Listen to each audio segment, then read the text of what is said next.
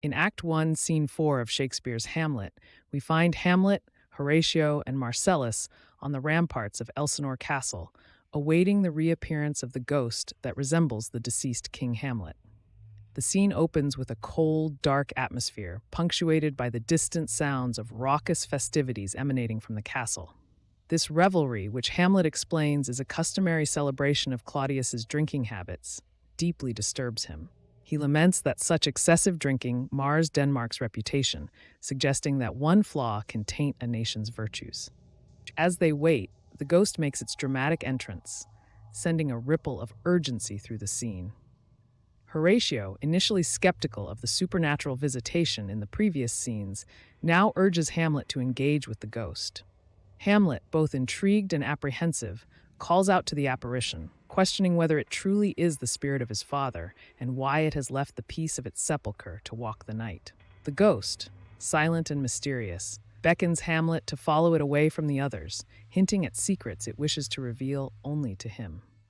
Despite the palpable danger, Hamlet's curiosity overwhelms his caution. He manifests a reckless disregard for his own safety, propelled by a blend of grief and a thirst for truth.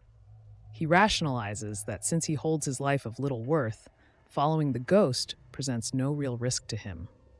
Horatio and Marcellus, embodying the voice of reason and concern, strongly protest against Hamlet's decision to pursue the ghost. They fear for his safety, suspecting that the apparition might intend harm, possibly leading Hamlet toward madness or death. Hamlet's response to his friends' entreaties is impassioned and resolute. He frees himself from their grasp, even drawing his sword to threaten them into compliance, underlining his desperation to understand the ghost's message. This action reveals Hamlet's inner turmoil and foreshadows the conflict and tragedy that will ensue. Reluctantly, Horatio and Marcellus allow him to leave, but decide to discreetly follow him, hoping to intervene if the situation escalates. As the scene closes, Marcellus utters the now famous line, "Something is rotten in the state of Denmark," encapsulating the ominous undertones of the ghost's appearance, and setting the stage for the unraveling of Denmark's royal household's corruption and intrigue.